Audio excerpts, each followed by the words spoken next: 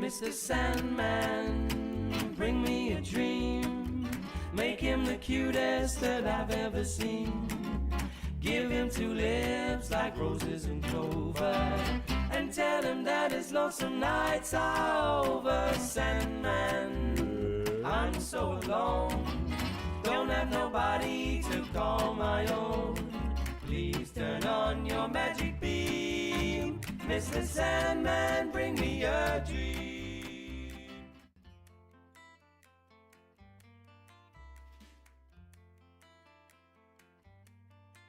Mr. Sandman, bring me a dream.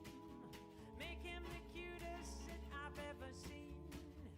Give him I'm not a rover, and tell him that his lonesome nights are over. Good evening, everybody. We finally made it online. Welcome to Nox Mente. Stop making so much noise. Tonight's guest, everyone knows him as Raksha Moose. That's all I know him by, too. Since this is like an impromptu show, I've got no intro, but you guys all know him and love him. He's Raksha. Wait. Now you can talk. So the funniest thing about this is I've been wanting to get Moose on for a while, and we booked out so far that he wasn't able to commit that far into the future, and the universe brought us all together this evening. Hello, Moose. Hello. This is most excellent. So let's just Moose get and right company. into it. Right?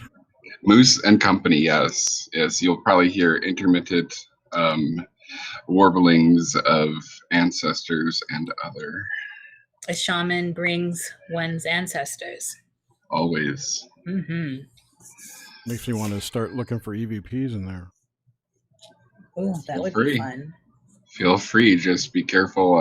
You might not hear what you want to hear. You may hear what you need to hear, but not always what you want to hear. They The might think I'll civilian believe them, truth. too.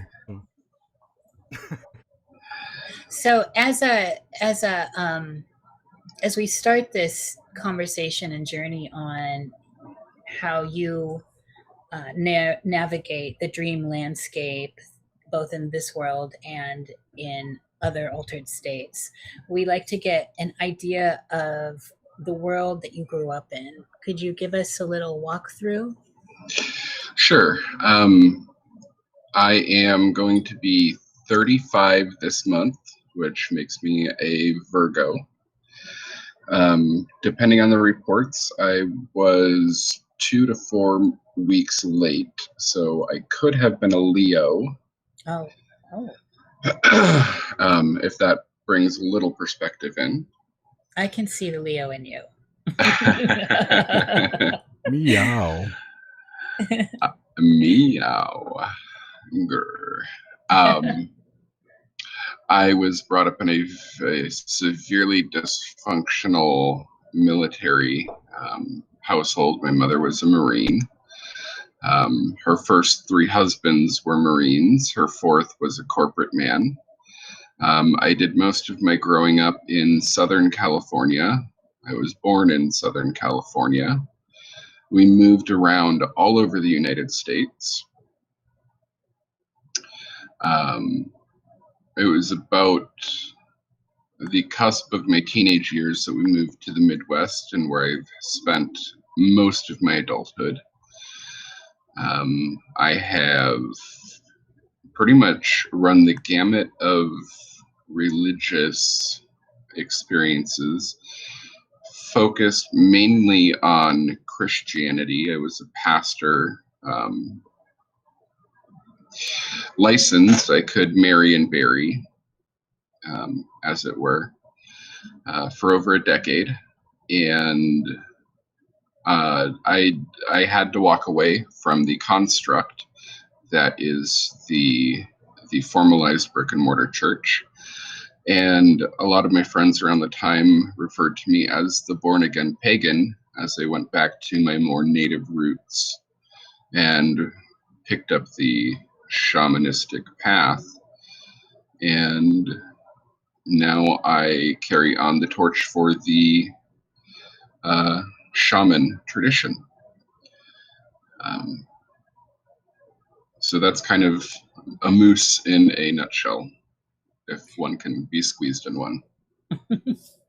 Excellent. So did you were in the when this is just exploring the landscape you grew up in. So when you think of nature at its biggest around you, was that open plains? Was it forest? Nature for me was always interesting growing up in the concrete jungle. I would always try to find pockets of forest preserves. So it was often any kind of protected forestry. I would be drawn to places that would have creeks, water flowing through it. Any type of land that had reservoirs of water. Any place where earth and water met. Oh, nice. Of course, growing up in Southern California, a lot of that time I was never that far away from the ocean. So, of course, the sand, which is a mixture of animals, past and present, and water itself, life. And then the rocky terrain and exploring the little alcoves and hidden pools that are left when the tide recedes. So a little mixture of greenery, a lot of water, and as much earth as possible, getting away again from the concrete jungle. I love this. I just wanted to pause on what do they call those? The tidal pools when the water goes out. There's always just a world of magic, a small ecosystem in those. And yeah, that's a wonderful symbol to have swimming around in your underpinnings. So we'll see how that goes deeper as we go deeper. Do you, and of course you do not have to, you know this, everyone knows this. If you're not wanting to answer a question, then just we'll move on. But there is a nice tie-in with psychedelic drugs as far as opening gates of consciousness and altered dimensions, altered states of consciousness. Have you ever done them, and what was the best experience if you had? I have to. Yes, I have done them. And the best is kind of subjective and objective. I would have to say the quote unquote best was my first time doing LSD in my friend's room. I was spending the night. So anytime that I could not be at home as a teenager was brilliant enough on its own. And his father helped create a lot of the characters for Dungeons and Dragons. Oh. So if you could kind of picture the setup of the environment of the house and the nature of, and so between the LSD and some herbal inhalants,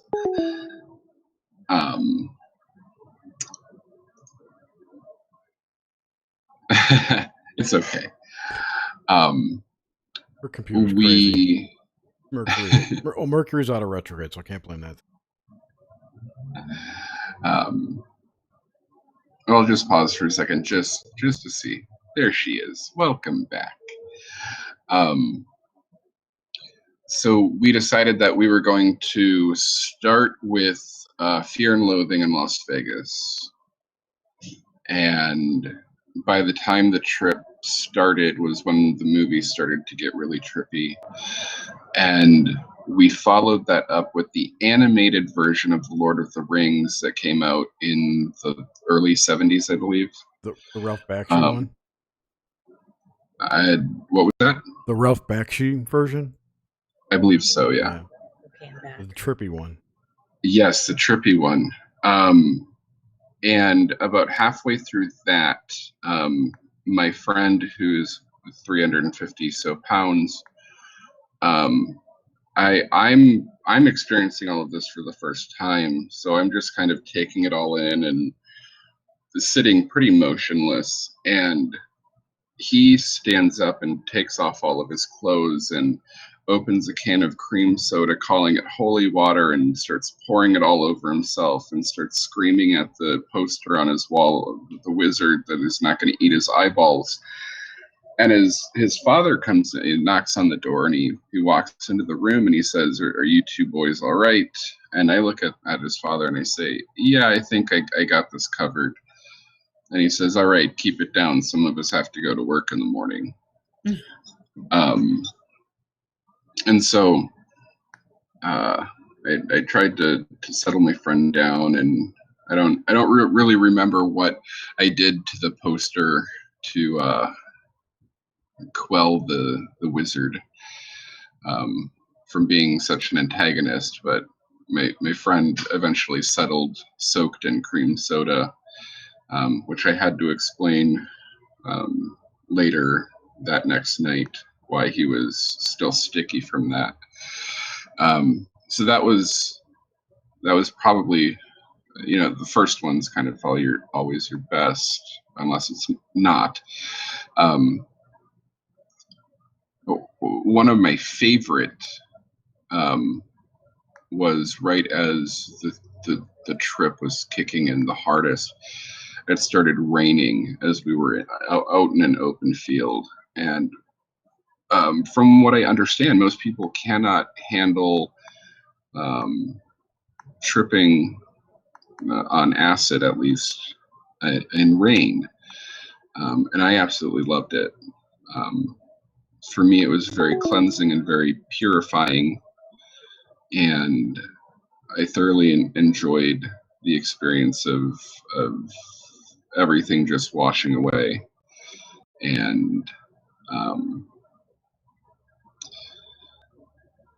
as everybody else that I'm with is trying to run and scream, and they're melting and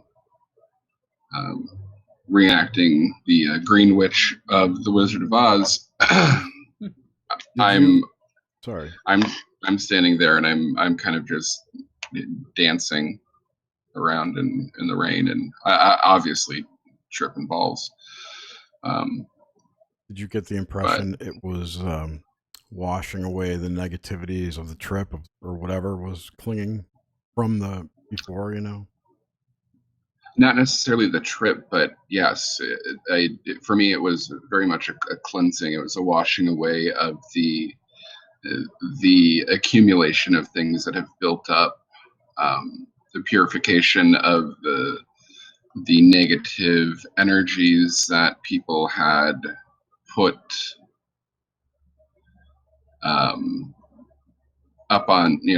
put on me. And for me, it was a way of nature reclaiming the purity of her children. And so it was odd to me to watch everybody else run away as if it was, as if the rain was caustic to them. Can you hear me now? Yes. Excellent. In any of these experiences, in your travels through hallucinogens, whatever they be, did you ever get a sense of bilocality or separation from your body? Were you able to detach at all? I'm dissociative by nature. Okay. and that actually one of my diagnoses is dissociative identity disorder, Oh, which has developed, more and more as they've kind of gone through the gamut of diagnoses, and they finally landed on DID. And so dissociation has always been a natural part of what I do. So on hallucinogens, tripping, whatever, or not, I tend to have disassociative events, or that kind of elevated seeing things from an above perspective, or a detached, removed from perspective. And for me, it's one of my strengths. excellent. Yeah. So you work this to your benefit. Do you Yes. has any of these experiences ever, as you know now at this point, the experience of dreaming and lucidity and all that they'll get in later, but has any of that ever felt through hallucinogens, like there was a tie-in or tie-over into that kind of dream time experience? Um, can you rephrase that? Was there anything that seems similar in these altered states of consciousness to dreaming or lucidity, dreaming lucid or Okay. OBEs? Yeah.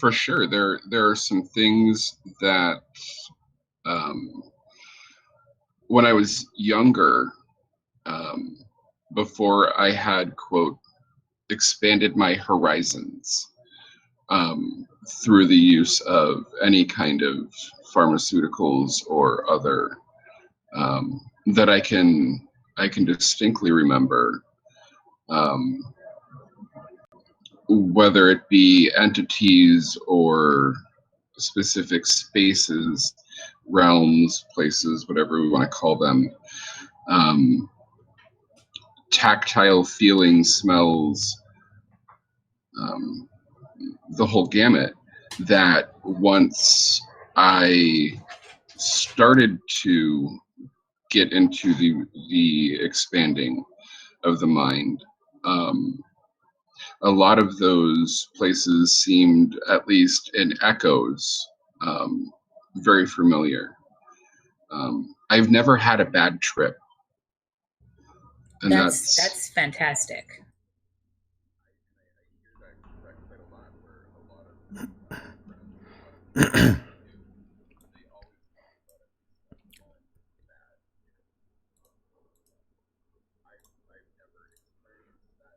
Check, check, check. And one. Gone dark. Gone dark. Check, check, check, check.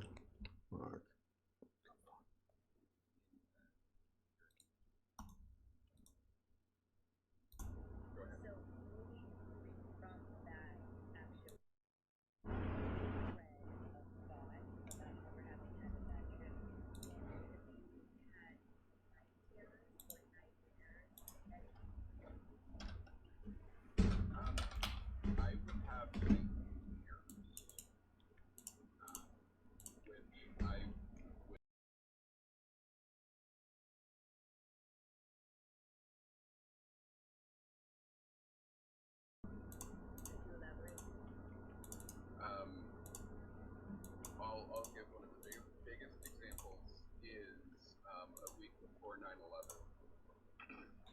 Hold on, guys. Oh, shit. Hold on. Something went wrong.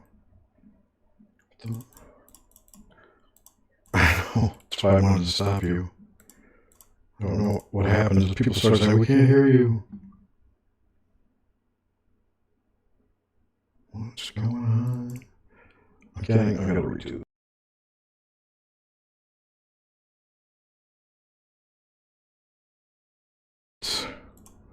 Yeti. Sorry, I was muted. Yeti. Oh, check. Say something. No. What the fuck? I know. I have... It doesn't matter what I have. Let's try this.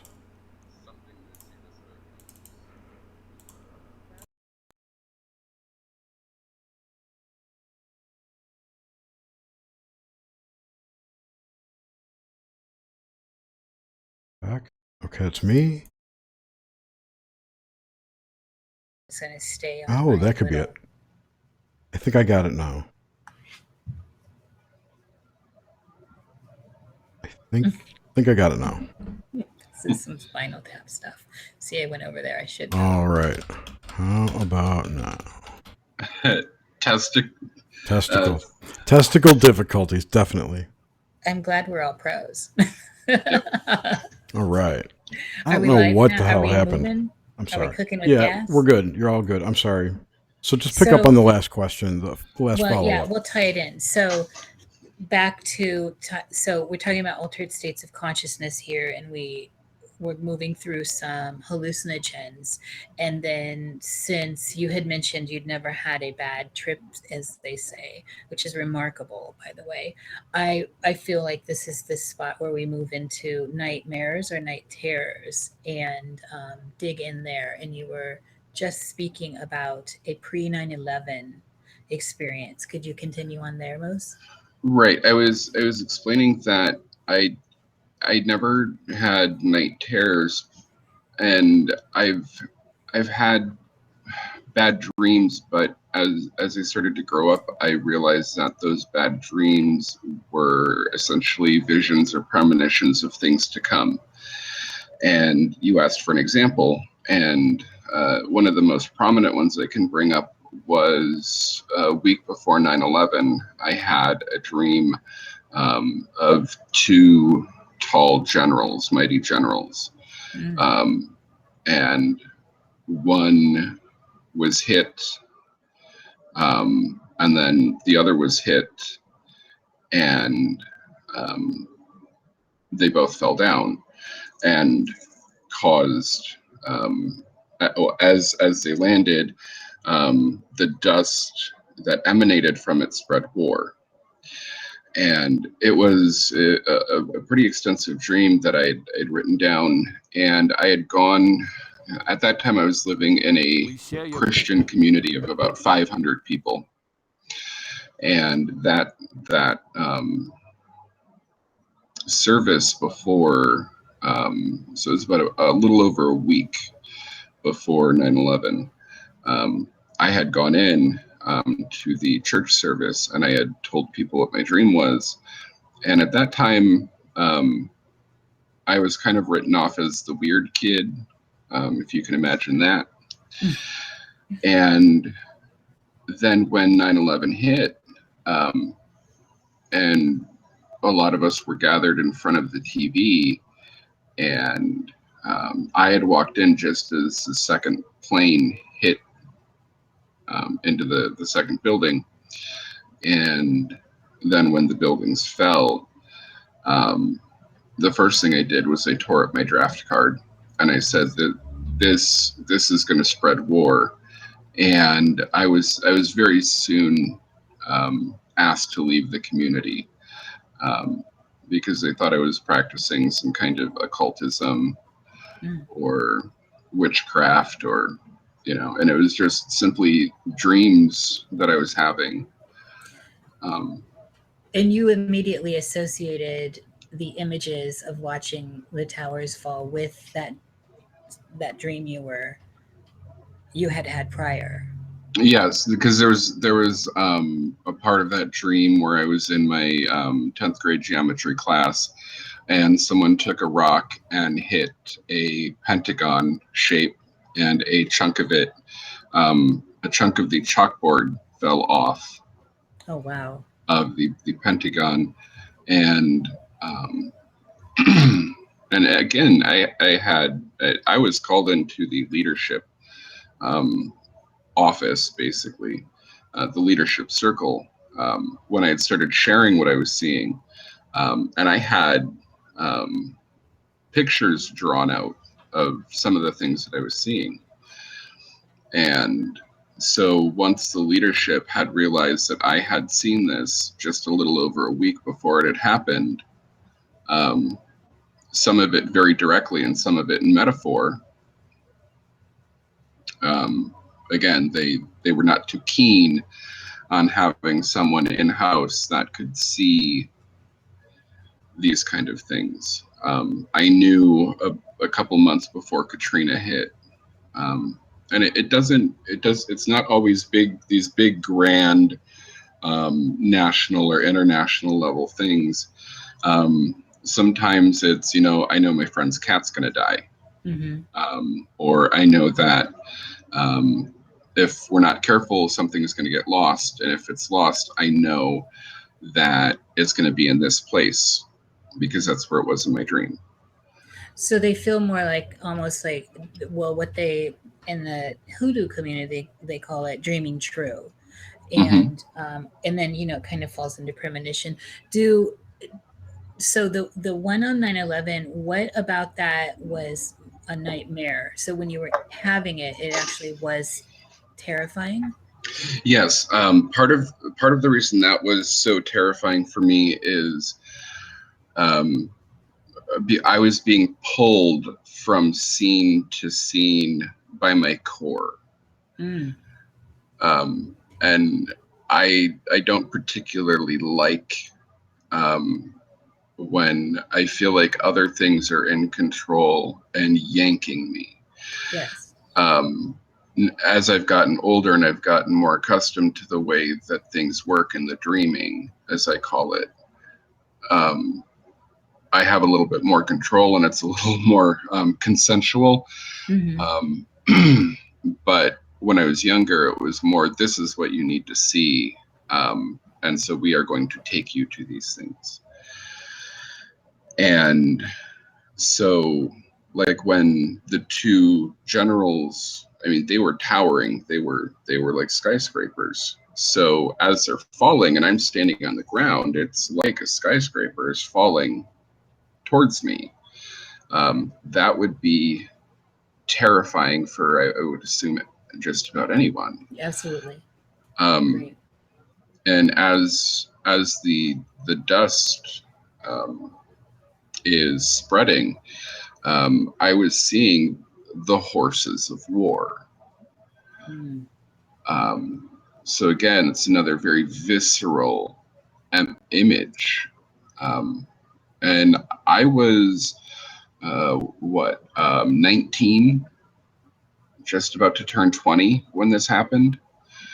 So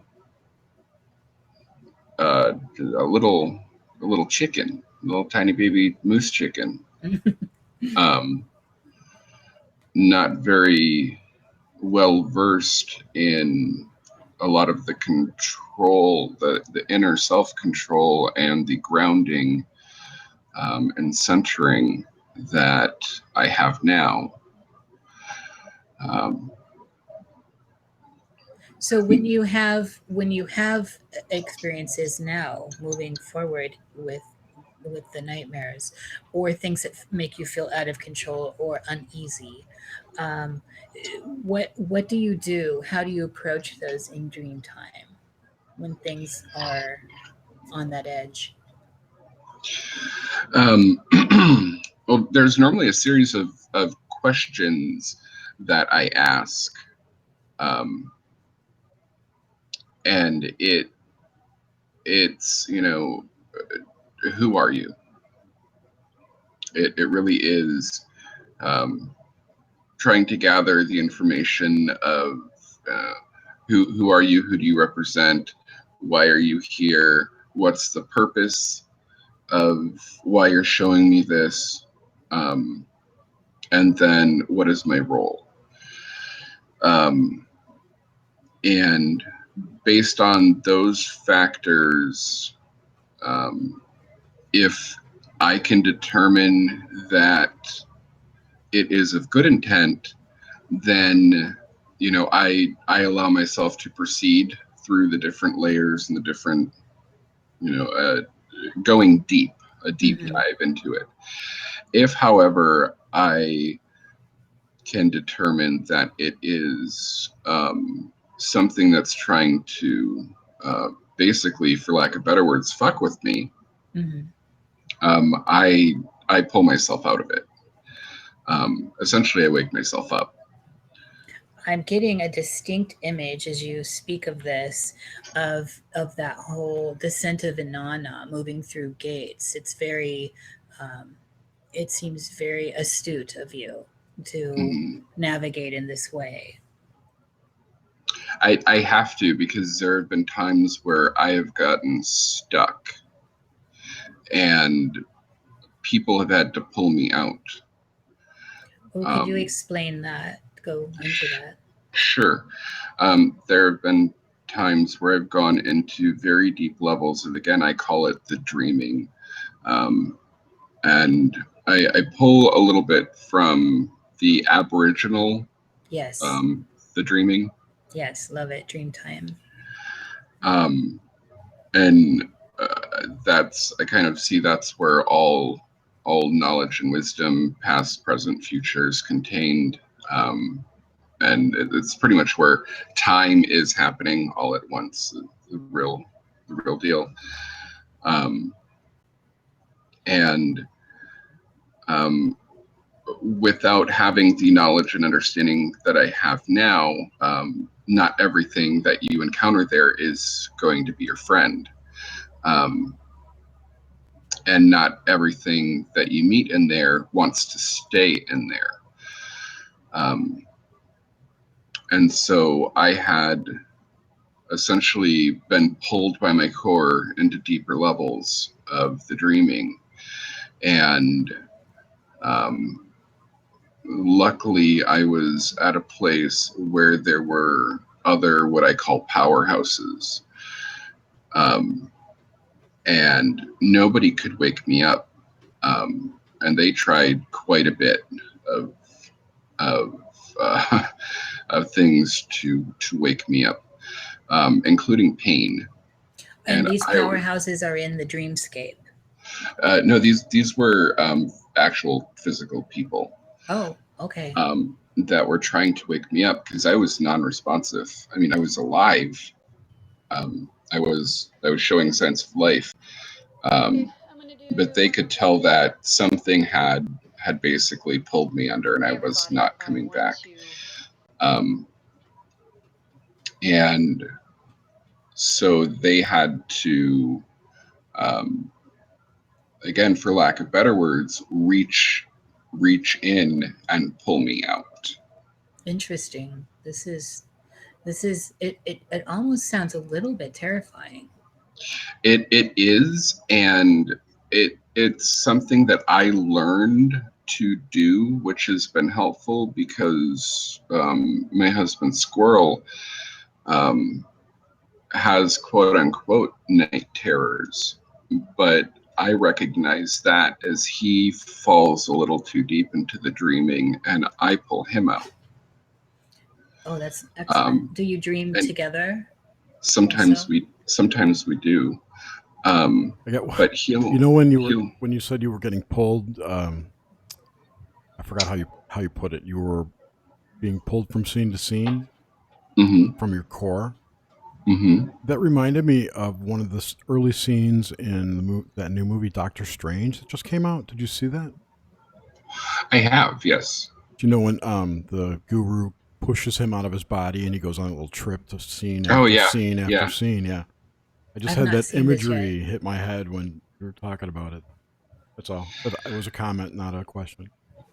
I'll touch base on that in a second. But as far as being, terrifying, there are times where I've been in a live stream, or I'll be taking a session with someone from the community that wants to walk through the healing journey, and I'll say, hold on a second, I'll be right back, or I'm taking a potty break. What I'm actually doing is I can sense that something is afoul, um, or something's not right. Hmm. Um, and I will go to the bedroom, and Squirrel's been stuck, and I'll have to pull him out of the dreaming, and he'll sit up screaming Oh, because that's a night terror. That's a terror. because he's been stuck, and he's been trying to scream for help. But what Yes, that's classic. for me, what separates it though is the knowledge or understanding or vision that he has while he's stuck. And every single time it comes to pass. Oh, and are they so because it's so? You know, I I I gotta hate. interrupt you right Oh, now. Jerry. Yes. Suzanne just brought up an interesting point that her daughter said her pediatrician asked if her daughter was having night terrors and that it's a common thing now. Oh, that's interesting. I've Her heard that. granddaughter, yeah. I've heard that, and that for me that comes with um the sorry a lot of bursts of awakenings that have been happening, a lot of dormant people that have uh, particular gift sets, um, that have not been identified or noticed because we live in a individualistic society versus a community society. If you look at um, shamanistic cultures, a shaman will recognize an upcoming shaman or someone that has a particular gift, um, uh, for lack of better word again, and they will help nurture and develop that gift. There are a lot of dreamers that have been asleep, and now they're waking up, um, and they don't quite know how to interact or interface with the dreaming. And so the prevalence, the rise of the night terror is going to be very common as people are getting trapped in their own gift. I enjoy that perspective deeply because it is getting trapped. That's the sense that I've always had with it, and you can't control it. You can't move anything. No motor skills, and you're screaming, and yet you're not physically screaming until you get past the veil a little that people on the Hmm. outside can hear. And So Hmm. it's I can't a help but think gift. the 5G stuff's going to act as a container around that to keep it in. Yes, well, that's going to be interesting to watch play out. There's been things in play systematically to tamper down the natural giftedness of the human throughout the ages. And we can even look in the past century, whether it's the water, fluoride is a huge thing. Our food source, genetically modifying it to the point where we're stripping out all the nutrients in it to make it grow faster and larger and look more appealing. But yet we have rows and rows and rows of nutritional supplements that will sell, which aren't under any kind of regulation. The air we breathe is toxic as fuck.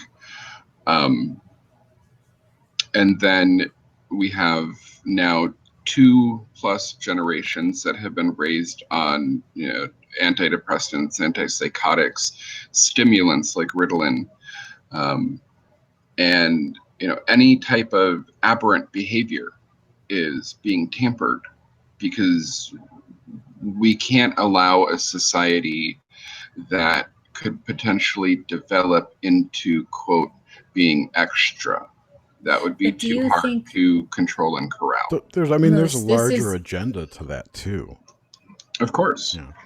I feel like it's a call to, I cannot recall who, it may have been Aaron, Rufus Cat.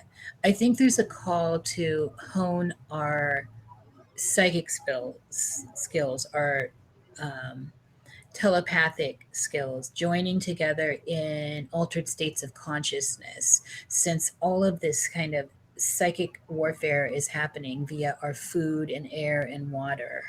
And I'm wondering, do you, and so getting back to you communicating with Squirrel, your husband, in dreams, so I wanted to touch on that while we were still there before we got too far away from it, Hmm. and your interactions with him in the dreamscape, and how that plays out. Give us a sense of it.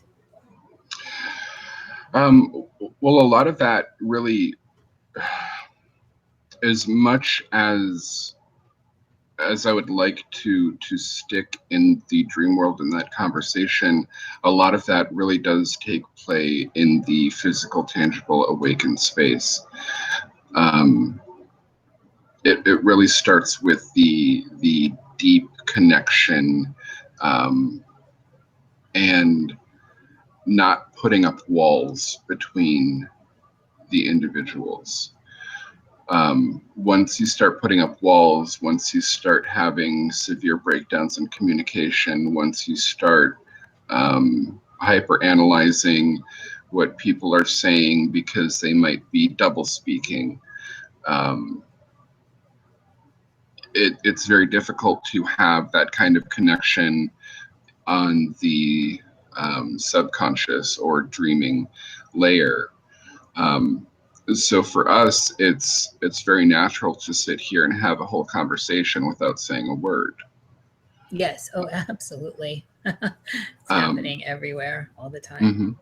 mhm. And so that translates into how we can communicate in the dreaming, and not the other way around. So, and I'm just, I know that you must have this great connection. You married this man, and you must have, just knowing you, you know, this must be a rich, deep relationship. So, with all that, I want to understand a little bit more about how you encounter each other in the dreaming, or if you don't want to go into specifically Squirrel, maybe other people, how that plays out. I want to get I want paint pictures, mental pictures for us of how you encounter others in the dreamscape. Well, there are those that take up, for example, an animal as a spirit totem. And so for me, obviously, it's a moose. For him, obviously, it's a squirrel.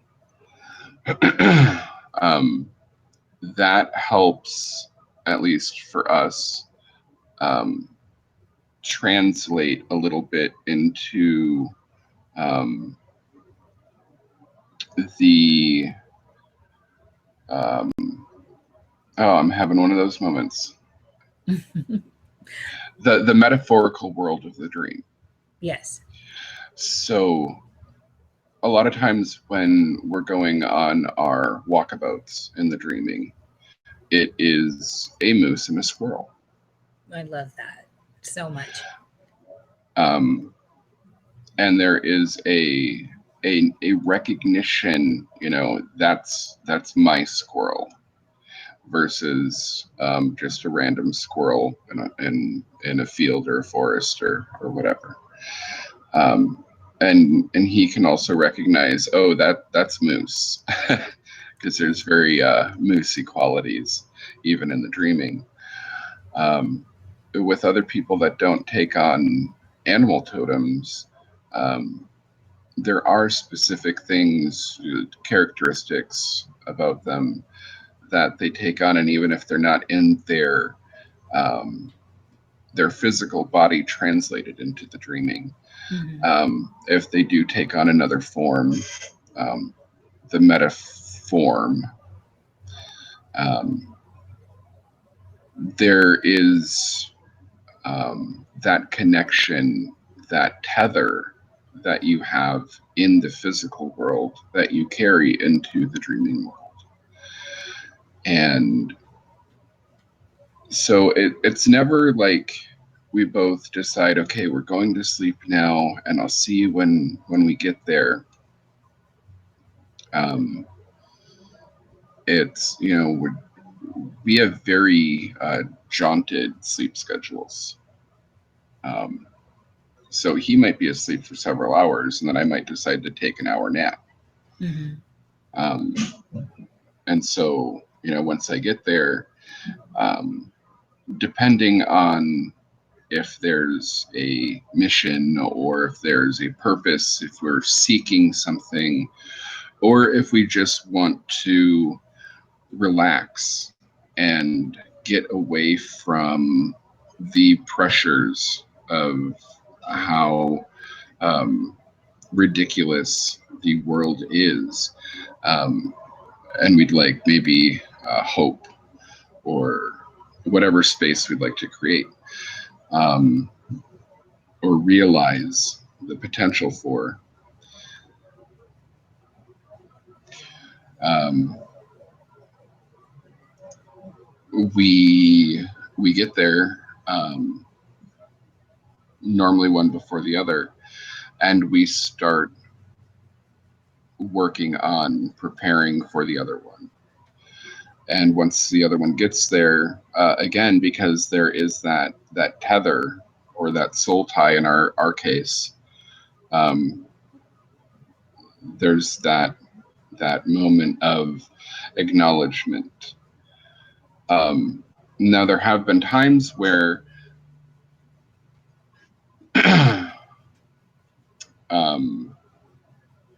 like I've been there and a false presence has tried to mimic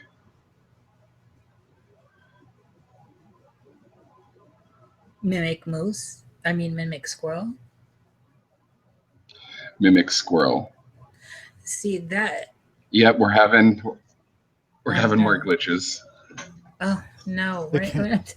I wasn't touching anything. Wait, some people can hear. Mm-hmm. It could just be it's a YouTube. I know what. It's a YouTube night. Hold on. So, okay. You guys can talk. Go ahead. I'm sorry. So, Moose, in this, you led right into the space I wanted to head, which was, so you've created, and this is all rather romantic, I've got to tell you. I get the chills. I love your relationship with your husband. It just feels so solid. So in this space, when you encounter another being that is sometimes will mimic squirrel or just is kind of not friendly to your endeavors, how do you recognize that? And upon recognizing that, does it change your state of awareness within the dream?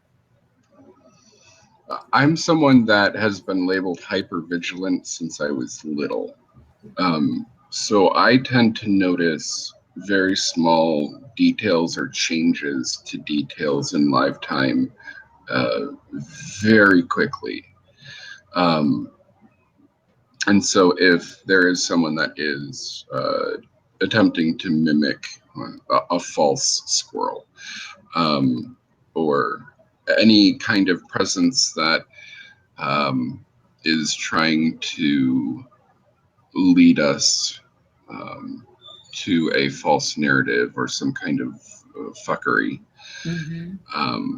I tend to pick up on that very quickly.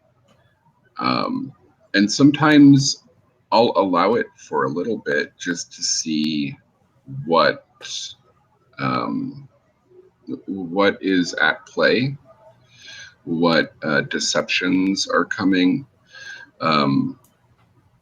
But for the most part, I tend to not even go down that road because you don't know where you're being led into, and what doors are going to close behind you. And so there's a reason that I've been given the mantle moose since very, very little. If you look at a moose in nature, they're pretty chill. They'll stand there. They'll eat their grass. But if you get too close, you're going to get a hoof to the face. Oh yeah, they're quite terrifying. And then, but then they'll just go back to being chill and they'll just munch on their grass and everything's all cute. Yeah, they're actually majestic, I think. They're quite amazing animals. I agree. Um, so that's pretty much how I handle it, is if I'm not in it to observe the fuckery, it's a pretty swift, solid reaction and back to normal order of business. So, before we move further into the dreamscape, I wanted to, since you're the first guest we've had on that speaks in a more shamanistic language of totems, which I adore and love and vibe with, do you, in this day to day mundane dream that we're having, see people as their totems or as animals? I do for some people.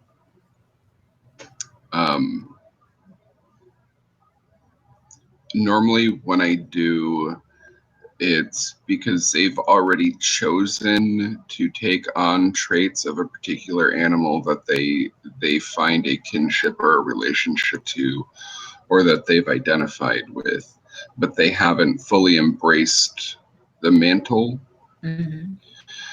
Um, there are other people that I see the clear connection, and depending on if it's my place, if I have a rightful authority to, I might give someone the mantle, or help guide them to understanding what an animal totem is. Yes. Um, but there are too many people that run around in a wrong authority, a corrupted authority, or no authority at all, and just willy-nilly do whatever they think that they can do. And that there's a lot of broken shit because of that. And then there's some people that really don't have a connection to our earthen mother and Yes. the beasts that dwell within, on, and above. So for those, that it doesn't really come up. So I hope that answered your question. It does, and it on a symbolic level, it's a very empowering thing, as I know you know this, to associate with something that is you but not you, as you are here. So an animal totem, for example, I've always been quite owlish, and that plays into our unconscious. And when we get down into those waters, there is a sense of shifting that happens because of the activation of a symbol. So you are a moose, you are a man, you are a moose, you are whatever. You are a moose, you are hair, and so eventually we have a shifting of consciousness. And so that I'm deeply fascinated with where that can take you.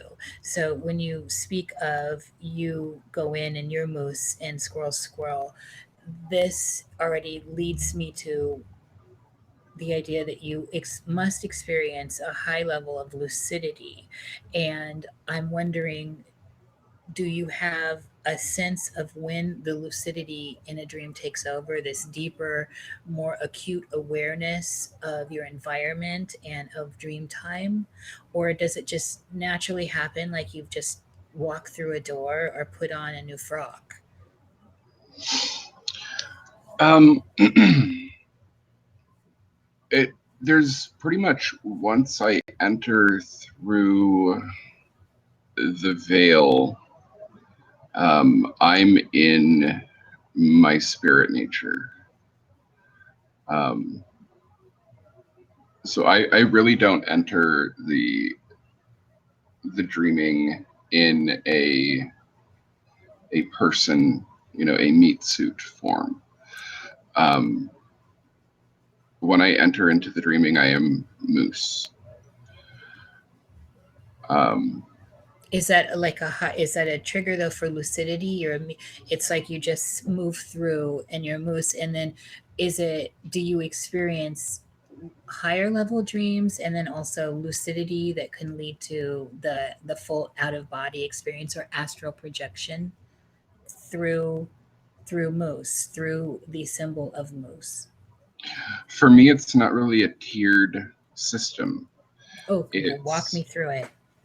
It's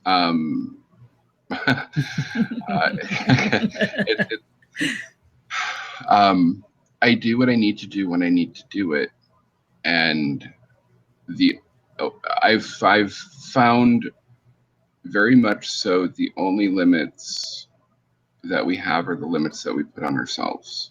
Absolutely, I so agree with that. And that has been recently reconfirmed very strongly in my life by a very dear friend of mine. And it came at a time as a reminder, as there was a shuffling of the deck for me. A lot of things were being questioned. Some inner turmoil, inner struggle. And that that phrase was spoken right at the right time, as to not lose my sense of self and self-being, and so if I need to be in the dreaming, I'm in the dreaming. If I need to be present, I'm present. If I need to go check on someone, I'm going to go check on someone. And there's not really like even like a manual transmission. There's not really a shifting of gears. So you just change consciousness at will. That's excellent. There's also a multitask aspect where I can do multiple things at the same time. Where if I need to access aspects of the dreaming while I'm in a session with someone, and I need to see what they're doing on their end to make sure that they're not blowing smoke up my ass. Mm-hmm. All of that can happen all at the same time. I love that. Again, you opened up with this timelessness of it all. Mm-hmm. And I mean, that just wraps right back around. That's great. Well, because time, the way we currently experience it, is very much a man-made structure. The tick, tick, tick of the linear and this swirl of the cyclical stuck. That's a man-made concept, so we can understand the concept. But time is period. And it's happening all at once, all on top of itself. How do you see with time, since this is a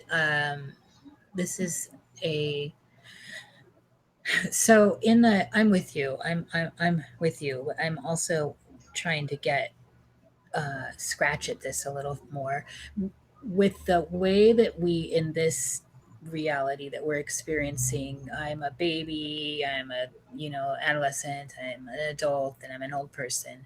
How does that construct play out through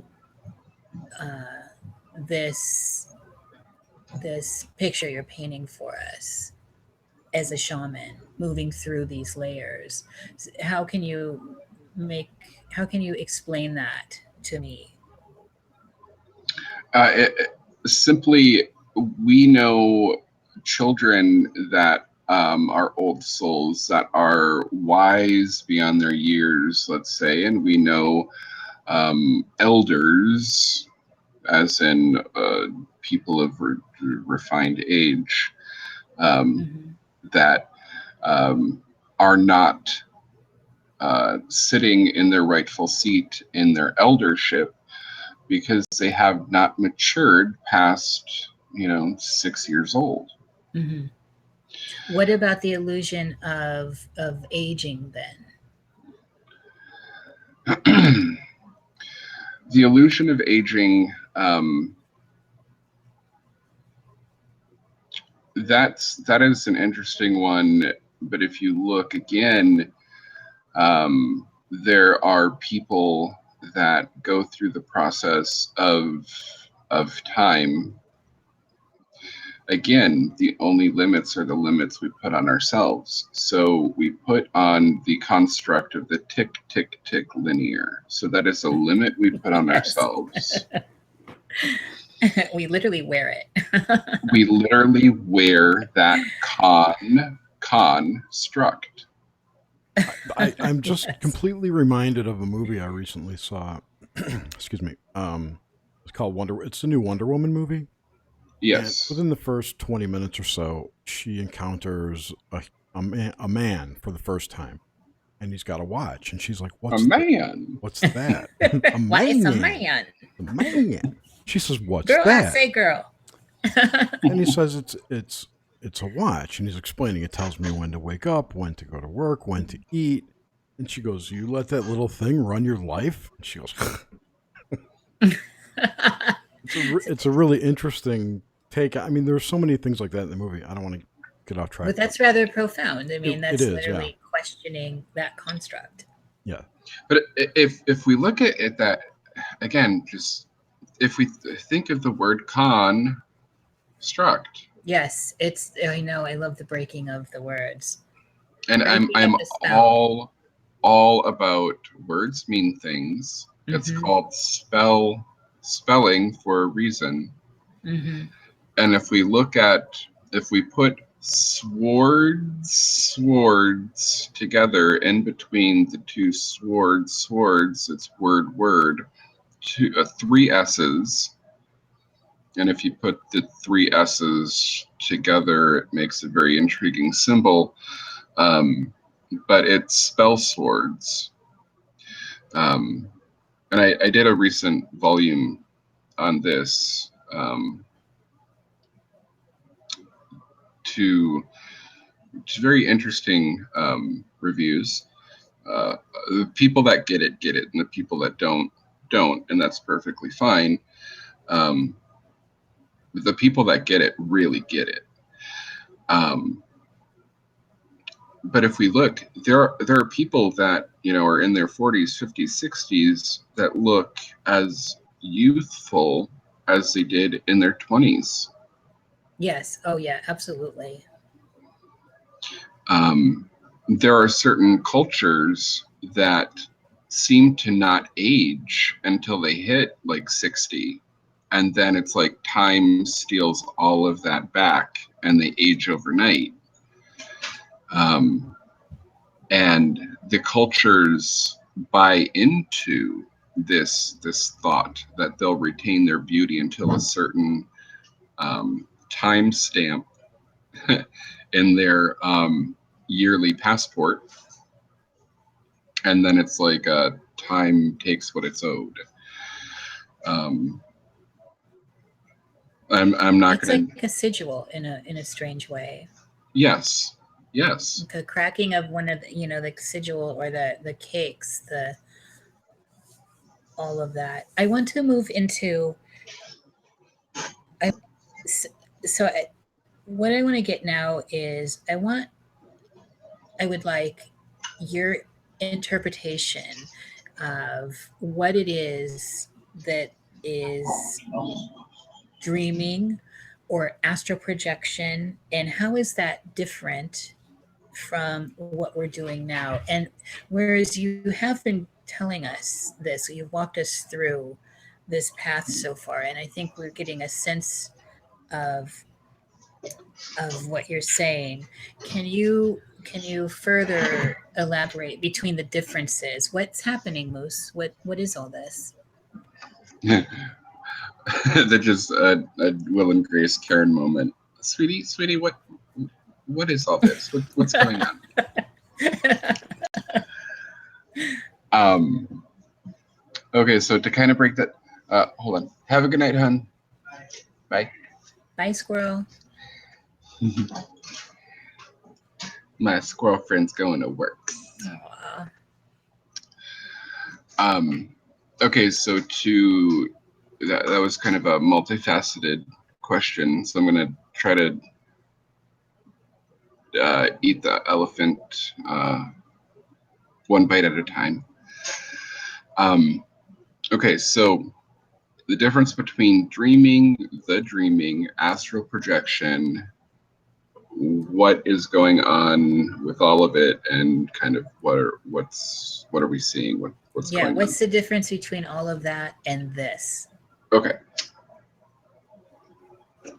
So dreams have kind of always been there.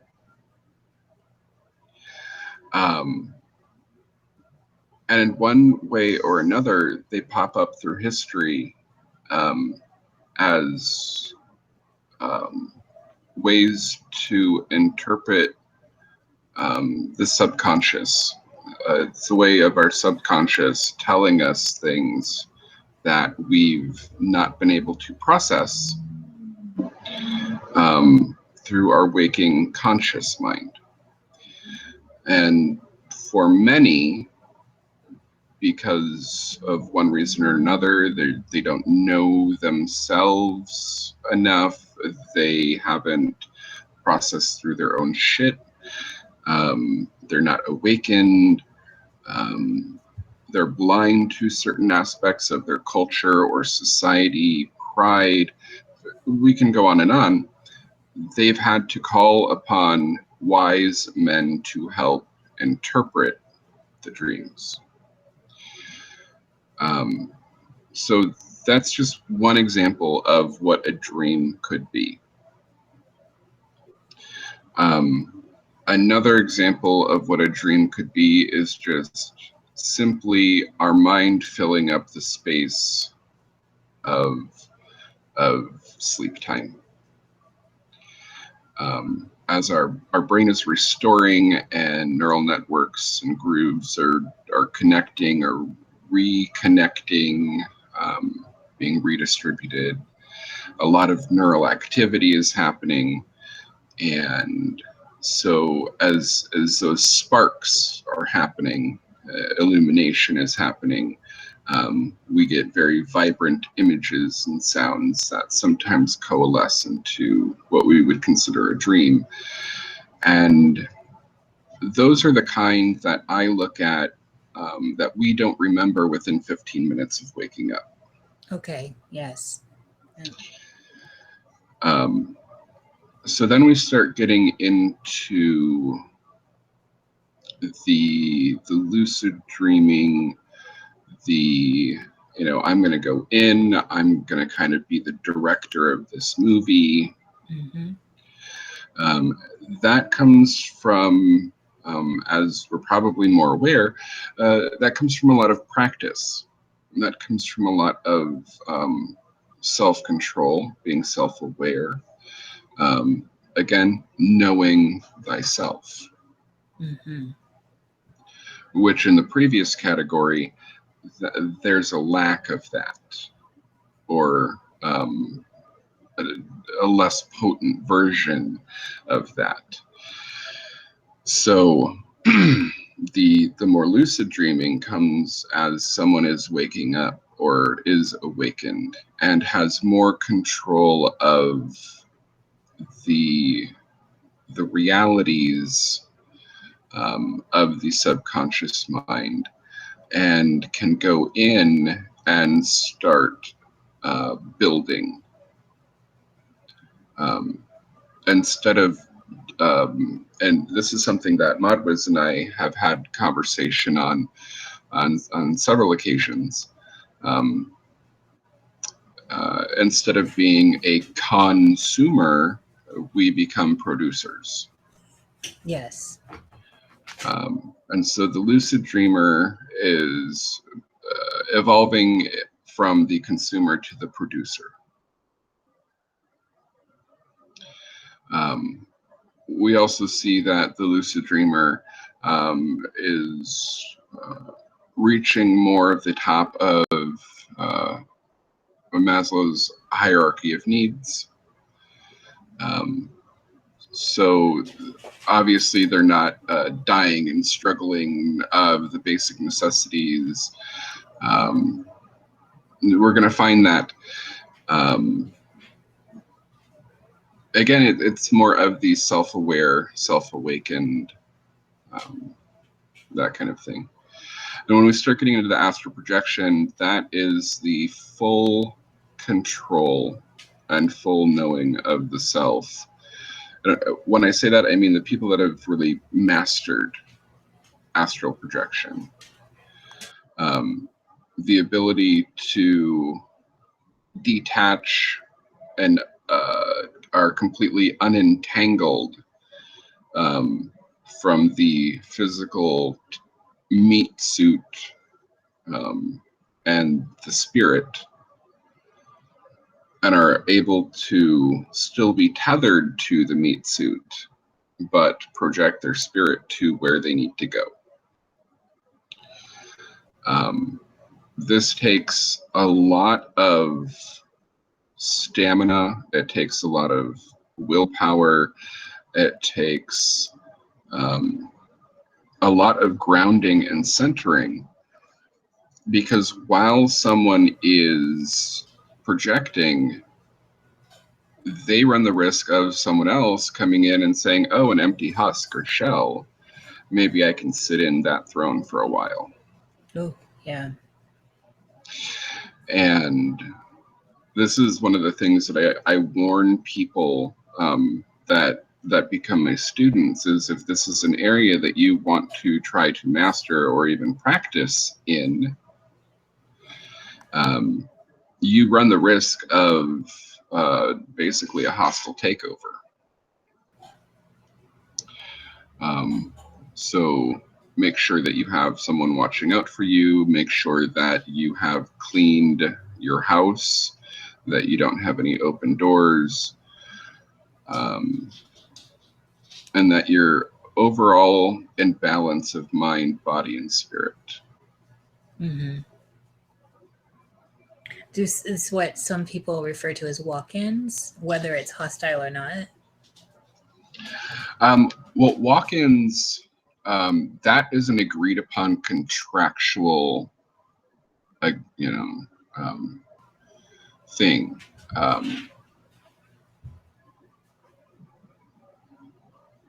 I have 2 walk-ins myself.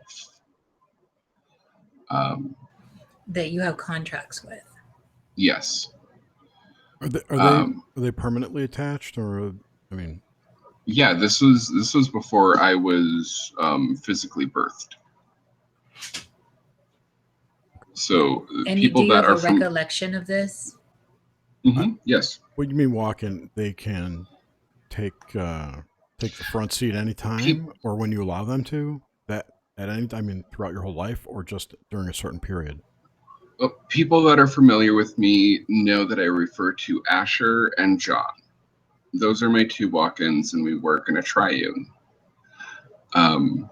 We work in the best way that I can explain it is, it's like riding in a bus. You're not always the driver, but depending on where you're sitting in the bus is what you can see and hear and experience. That's a good analogy. As far as Asher and John, they're in the front 2 seats unless they're driving, and then I take one of their seats. Who's driving now? Moose, for lack of my truest self. And each one kind of has their their reason for being here. So I look at it like Asher is the rock. He's very much no bullshit, no games. Let's get this shit done. And John, which is spelled capital J, lowercase a dash, lowercase a, lowercase n, John, but we just say John because it's easier. He's more like the kite that's up in the spirit realm most of the time. He's very peaceful. A lot of times when he's presenting, people will basically turn to mush because he's very calming and very he's kind of like the hippie, where Asher's more like the warrior. And then I would consider myself being the rope that is attached to the kite and tethered to the rock. Oh, this is very good. Very good. And that symbol there. That's how we work in a triune. That is painted beautifully. So then moving this into what we're considering the now, because here we are now talking, and everything else, unless you're moving through these layers consciously at will, seems kind of dust-like. So the now, what is this experience we're having right now, Moose? And how is it, there's something about the immediacy of right now that seems more real. Is this just part of an illusion that we're tying on to ourselves or participating in? I could answer that a few different ways based on a few different perspectives. I think that with everything that's happened the last month and things that are about to be birthed this month, there is an urgency. I also think it's interesting that a spot just happened to open up tonight. Yes. For your as I'm called, your friendly neighborhood purple-haired chain-smoking Barbie. Synchronicity, just unbelievable. We have to realize that pretty much every generation has had their emergency hand on the button. Everything is now, immediacy moment. Pretty much every generation has had this is the end times, here are the reasons why, everything's going to go to shit. Prepare for the end of the world.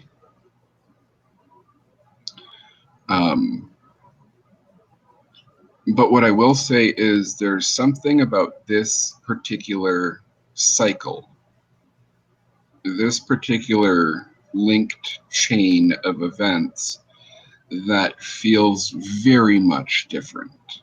Mm-hmm. I'm feeling it. And I'm not one to particularly be ruled by my feelings, but I do take note of them. Mm-hmm. I can be guided by them, but we're not to be controlled or ruled by our feelings, our emotions. That's a pearl of wisdom no matter what state of consciousness you're in. Yes. I believe, and this is the distinctions that I make for those that are not used to hearing me. I make the distinction between I believe, I know, I think, and I feel. And I believe that part of what is happening right now is that on a global scale, we are connected in so many varying ways that we have not been previously. And so things that have happened in the past that would have uh, sounded the alarm at a great scale hadn't reached as many people, whereas now they are. We're also at a point in our society where the the scales have been tipped in a way where honestly people have not been raised in a proper way. So for an example, people have been taught to go forward based on their feelings and their emotions and to be grounded in their feelings. This is why we have a society of highly triggerable people. Because we have a society of highly triggerable people, every wave of something negative becomes something exponentially worse than if we had a society that was grounded and centered in facts, logic, reason, and then guided by some sort in that emotional core. Are those things not part of this, the webbing of the illusion that's holding us into this nowness that seems to be somehow trapped within a kernel or an idea of time in a linear sense? Because here we are, it's well, I'm looking at the clock, it's 8 o'clock. There's a sense of like maybe food in the future, or this nowness, the gravity that's happening right now. Mm-hmm. What is that? I don't feel like you got to that. Maybe I'm not particularly understanding. Well, I'm trying to, so the whole concept I'm looking at interlacing is states of consciousness. So when we've moved through all these different states of consciousness and layers of dream through lucidity and then astral projection and then in tense form too. So past tense, future tense. And so I'm trying, I guess what one of my quests is, how is this that we're having right now, this conversation, this nowness that we're experiencing, this communion, if you will, how is this, how does this seem so much more tangible than anything else around it in the past or the future? Um, well, I guess the baseline is that we are here as a collective experiencing this communion. So, because we are actually going through it, it's going to have the more gravity. Um, So whereas, say I suddenly fall off and have some sort of maybe like a coronary attack or something, and I leave, and so then you're stuck on the other end with Jerry and all that, but I'm not here in the same state of consciousness, and yet like I'm trying to understand what's the give, where are the veils, how do I well, hold this together? obviously, if that happened to you, your experience, your needs, your immediacy is going to change. Yes, definitely. And I definitely don't want that to happen. But in pondering, like how that would change my nowness. Would I continue on? And this is all speculative, but would I still be like, for example, when I drop out, my mic drops out and I'm talking and I still hear you, but I can't, you're not hearing me. Hmm. What is that an analogy for these different states of consciousness? Your nowness now has somehow switched over frequency from mine.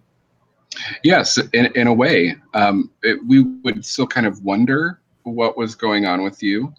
But as the saying goes, the show must go on. Yes. Oh, indeed. And it can kind of be tied to history, because you have a history of dropping in and out.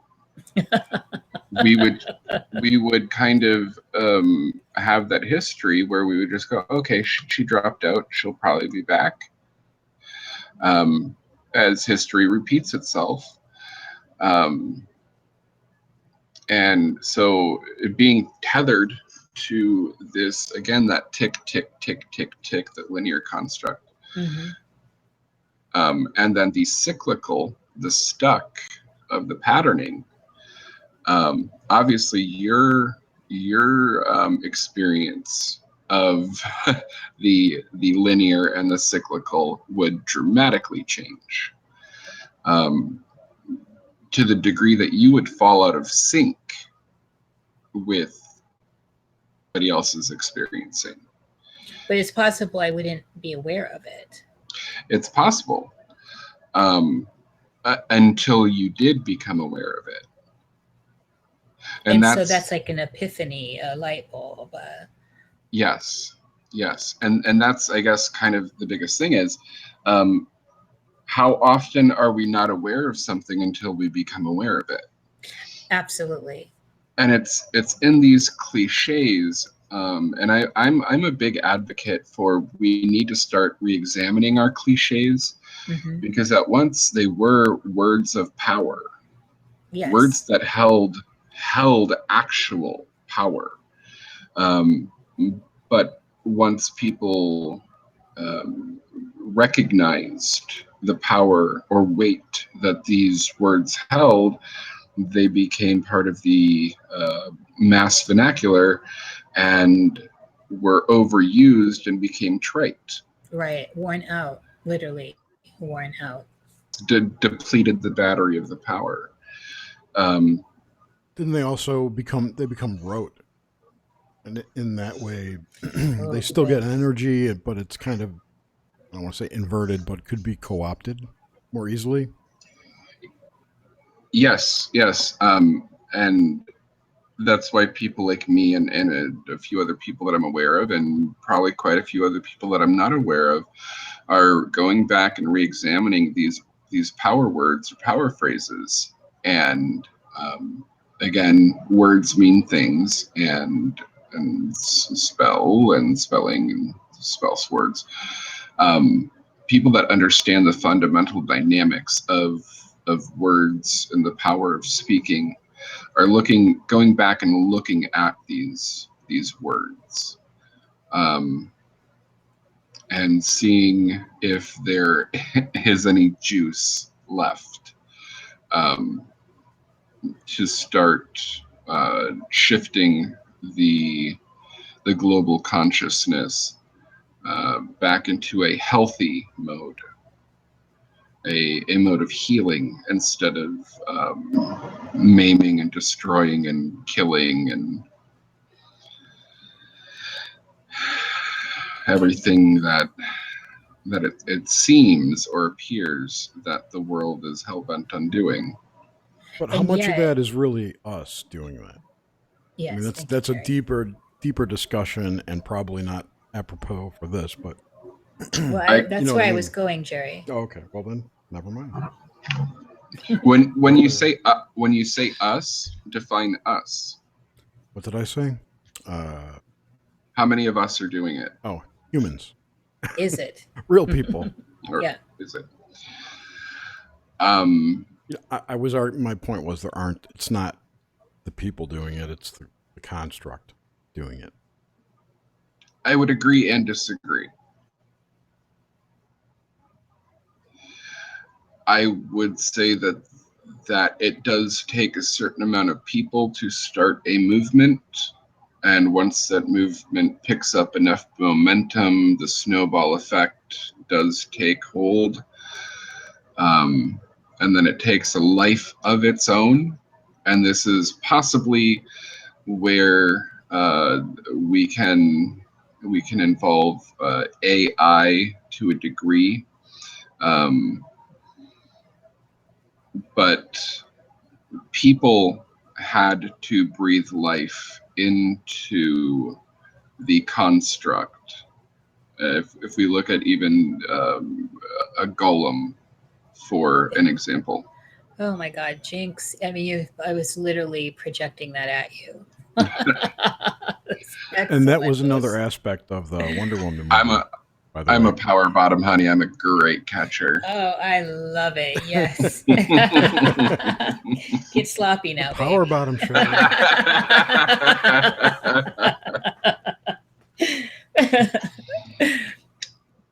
So the golem.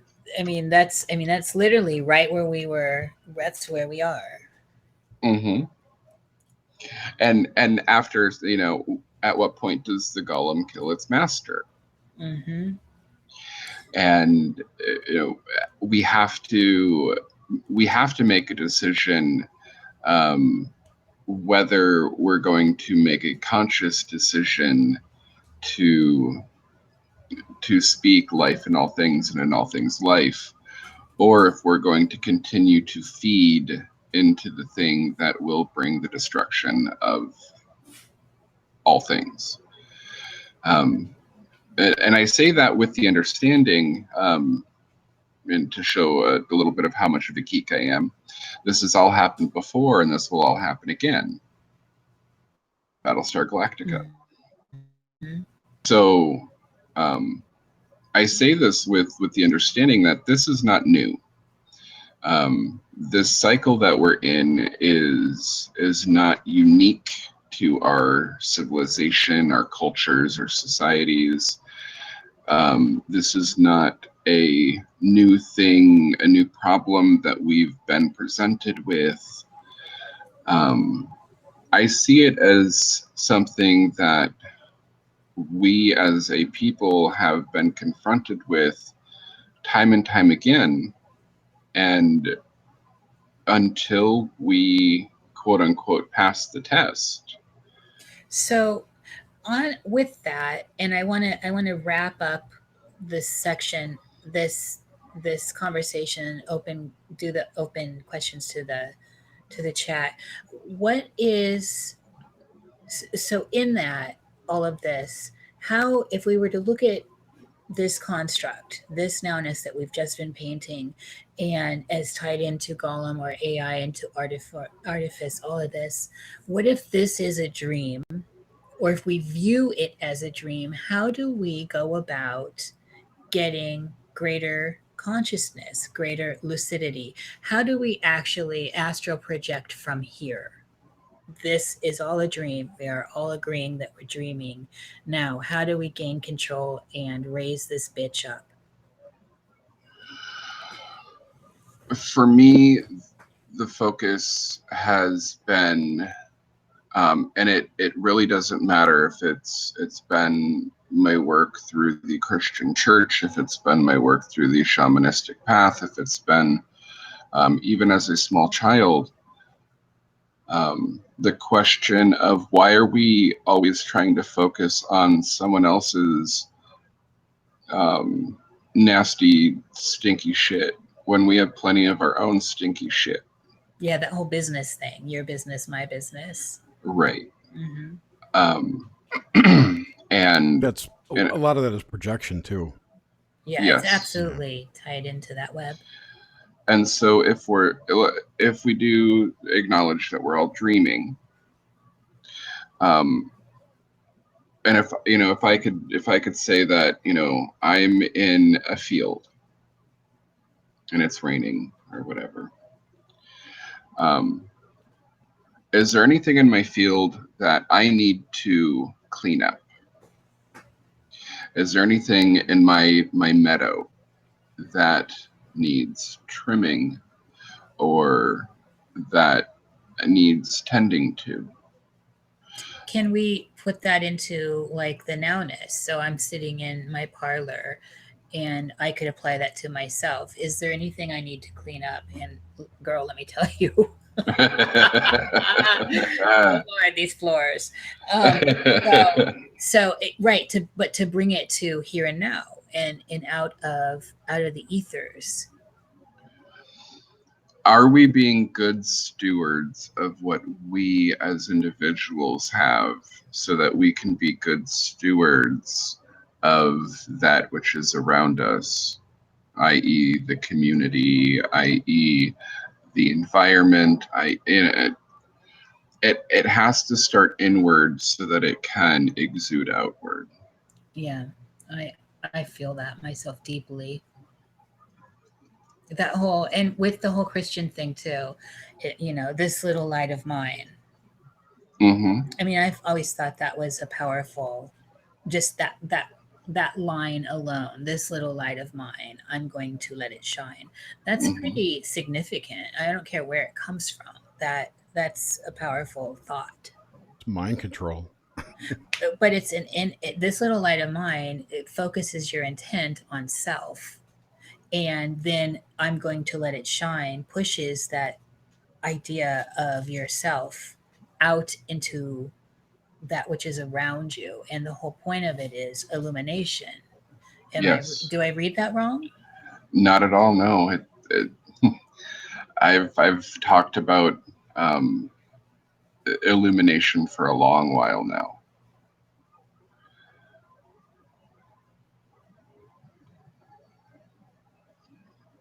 Yeah, for me, illumination is, for some reason, it's also got a seedy, dirty side to it because it's tied into the Luciferian stuff, which then got tied into, it's a rubber band ball. And in the end, if you strip it down to what it is, what it means, and how it can apply, you can apply it as a soul on a journey, as a person walking down a path, as you in your life. It's literally the act of looking, being able to see. And even right there, what you said, it has all these bad connotations and it's tied to this. It only has that because other people have attached other. So if people just mind their own fucking business. That business thing again. And just mind their own garden, tend to their own shit. Mm-hmm. Then they wouldn't have to be concerned or worried about what connotations bringing light has, illuminating has. Which is that gnosis thing, know thyself. Yes. It's literally tied into that, and the rest is as our Radagast says, fuckery. Yes. Let's open up questions from the chat. I'm not looking because I didn't want to drop out. So like if I focus away from your image, Moose, I'm going to drop out. So I'm transfixed on the beautiful pink hair. My gem in the holograms look. I love it. It's because it's looking right at me. So I'm getting a connection with it. Awesome. And then, so Jerry's manning it. I have no idea. I've put out the call. When you hear the call from the land below, it sounds both strange and familiar. Oh, man. There are no questions yet, just comments. I think they're having a huge discussion amongst themselves. So, well, I'd like to point out one of the comments is know thyself and nothing in excess, both from the Oracle. That is from our lovely Radagast. I think he was quoting you. Oh, is it the chicken or the egg situation? The moose or the wizard situation? No, I had called Moose the Oracle earlier. That's how I took it, at least. Well, I loved this. I love that the universe brought this conversation to happen. I have been wanting to get you worked in. Every time I am in a chat and I see you, I ask you. It's just been something on my agenda. And so, as it were, as it is, you are here, and this has been a fascinating journey with you, Moose. Thank you. You're welcome. I do see a question, and the Oracle of Delphi was the reference from Okay, it wasn't Radagast. me. So the question: what does being a twin spirit mean to you? I'm going to go out on a ledge and ask, what does two spirit mean to me? Twin spirit. Twin spirit. Well, twin spirit, two spirit. The technical term is two spirit, and that's why I'm making the clarification. So that is from part of my Native American heritage, the Ojibwe. It is when one individual person embodies both male and female spirit. And in the culture, they were regarded as someone that was, in a sense, holy. And as Radagast points out, it would be in the WHOLE, whole, instead of HOLE, having a whole. Because they would have both perspectives, and the divine wisdom from the divine feminine and the divine masculine.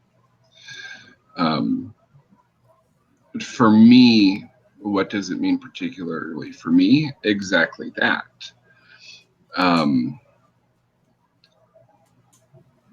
And to expound, being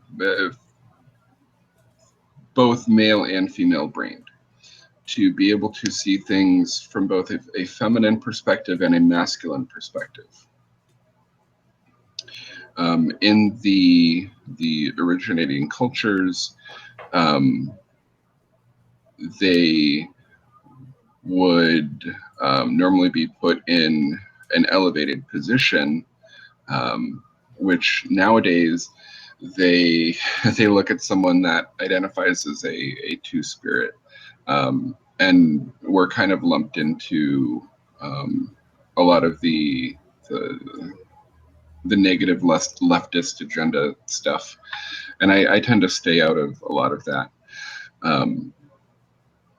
But it essentially is someone that sees the entire spectrum and has the wisdom,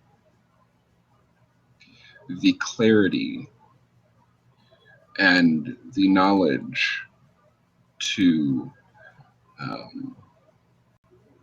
weigh things out, and the patience to judge situations as they come up. This was very helpful in the native cultures at the time when she went into chat, got kicked out again.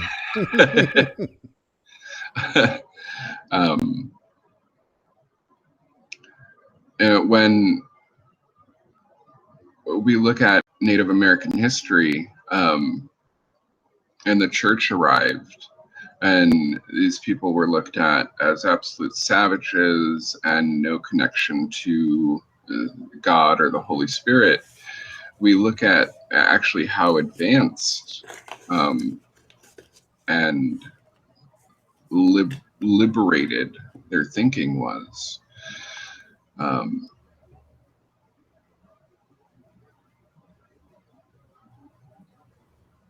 uh, that just it kind of hits a painful spot for me.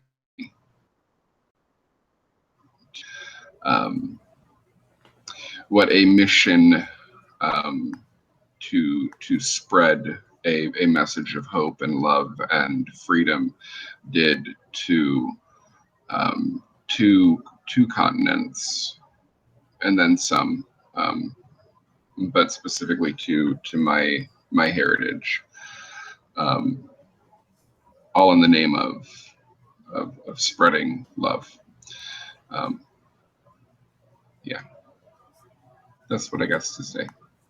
So I try to get around to this very important one of my questions that I have usually in my outline, and I see people in the chat really wanted that to happen. So if you have a little more time, I'd Sure. like to do that. So where do you experience deja vu's? And when you do, are they what's the experience like? Do you get pulled into tell us about your deja vu's? Okay. To answer that question, I would have to understand what the collective definition of deja vu is, because I find that different groups and different groupings have different variations of the definition of deja vu. Well, when you think of deja vu, what is your definition of it? Let's start there. Okay. My definition of deja vu is when you experience something, it is as if it is echoing through time, and you've already been there, you've already done it. But this is instead of an echo diminishing, the echo has gotten stronger. So it's like an echo imprint. And when they happen for you, what's the sensation usually? Does it tie into a specific set of imagery, a specific experience, a dream? What happens for you in your deja vu's as you just explain from where you're coming from with them? When I experience deja vu's, generally what happens, depending on the severity or relative importance of the deja vu, I'll get that free falling feeling in my core. Mm-hmm. I'll get a very intense ringing or high pitched in my left ear. Oh, that's interesting.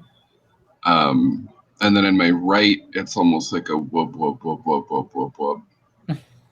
Sounds like you're time traveling. And for a couple seconds, my balance is a little off.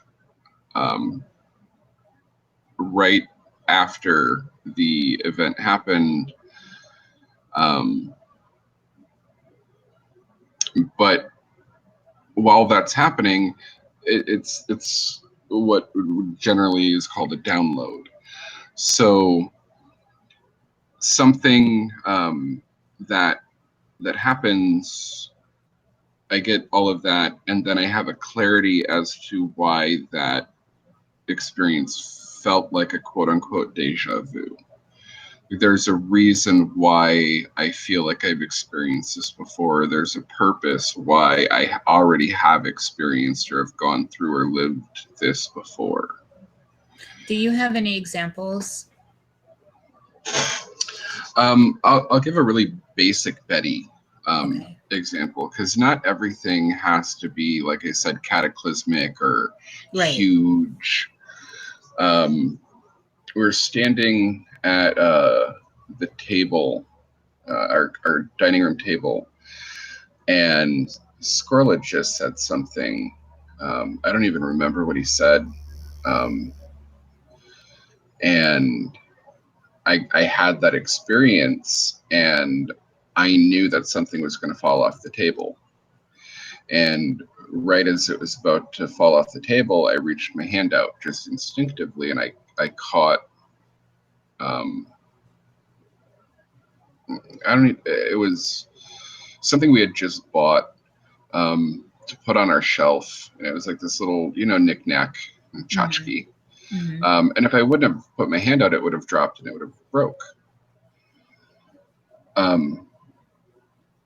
And as I held out my hand to catch it, I'm having a simultaneous memory of it dropping and breaking.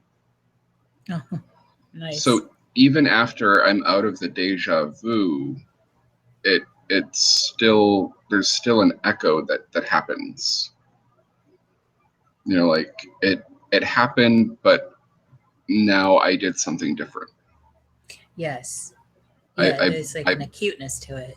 Right, like I broke the cycle. And again, this goes back to how we go through cycles until we learn the lesson. And once we've learned the lesson or changed the thing, it slingshots us out of the cycle. And then we start into a new cycle. So you're looking at a deja vu as second chance or another chance as well? Essentially, yes. Do you have reoccurring dreams? I did when I was younger, in my early 20s, and they were not pleasant. Oh. One of them was I would just appear into this very red, ashy, barren landscape, and then basically volcanoes would start appearing out of the ground, and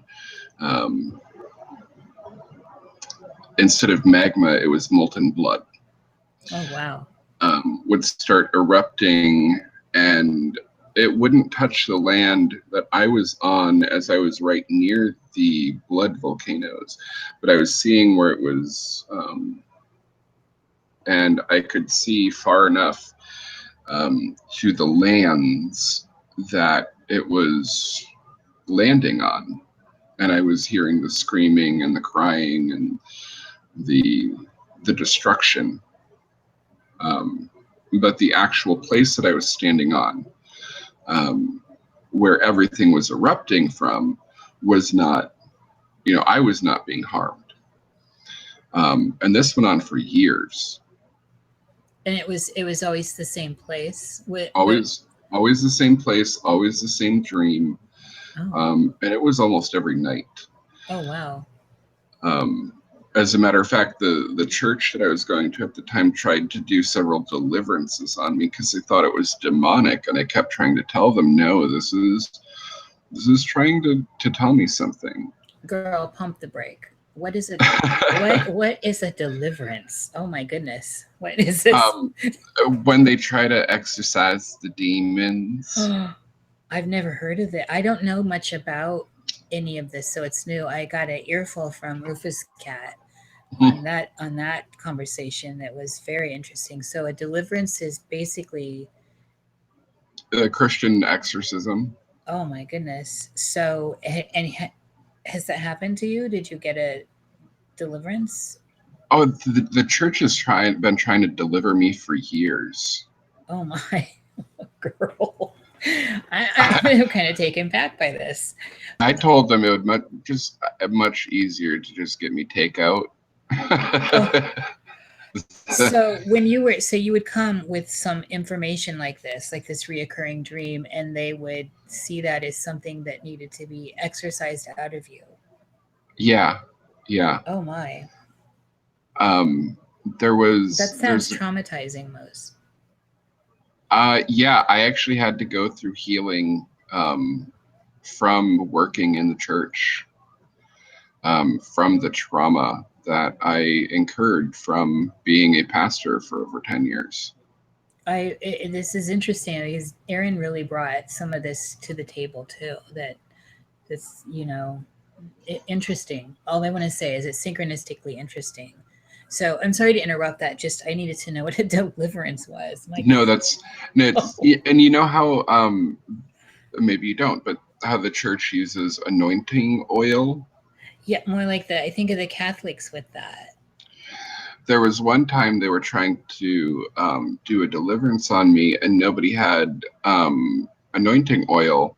So this crazy bitch goes into her kitchen and gets out a can of Pam and sprays me in the forehead with some Pam. Oh, girl.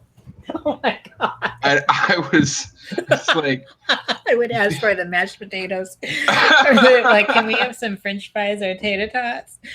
Oh, my goodness. And there was absolutely no way that I could take any of these people seriously.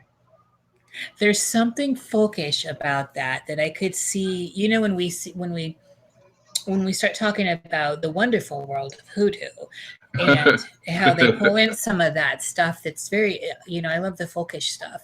So I could see that, and there's certainly anointing oils in hoodoo, and so I just don't know. Maybe they're coming from that kind of space, I think they were just coming from a low rent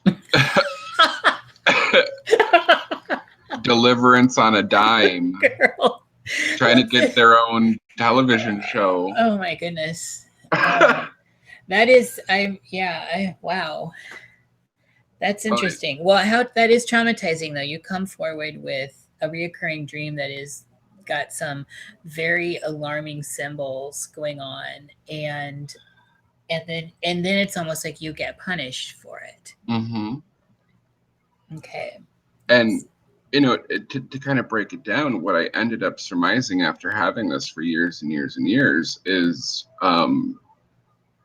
that there's essentially a core group of people that are working to spread death and destruction throughout the world. And once it starts, those people are going to have a land dedicated to their own survival, where they're going to be set apart or away from, but still be able to observe and witness the destruction that they've brought upon the rest of us. And this was before and this is organized? Yeah. And keep in mind, this was this started 15 years ago. So this was before, this was right on the cusp before 9/11 happened. This was before the NSA was created. This was before, the financial collapse. This was before a lot of the new things, the new systems that have been put in place. But we're talking about your church people. Or are you talking? Yeah. Okay, I guess I'm trying to ground it in. I'm hearing it sound like it's from your church. I was telling, I told my church about what I saw, but they were not a part of me understanding what I had been seeing for years and years. Because after they tried to pam me in the face, I wasn't. Oh my goodness. If you want to see demons come out of someone, spray some greasy shit in their face after they've completely, gauged up for the day. Oh my God. Oh my God. The image is hilarious. I don't think there are any more questions. I don't see any more. Okay. All right. Well, So, we will. In the can. We'll wrap up now. And I'll say my goodbye first. Thank you, Moose, so much. I am glad the universe tied this in so that we could have this conversation. On a full moon. Thank you, Jerry. On a full moon. It's so synchronistic and beautiful. And I believe we just left Mercury retrograde as well.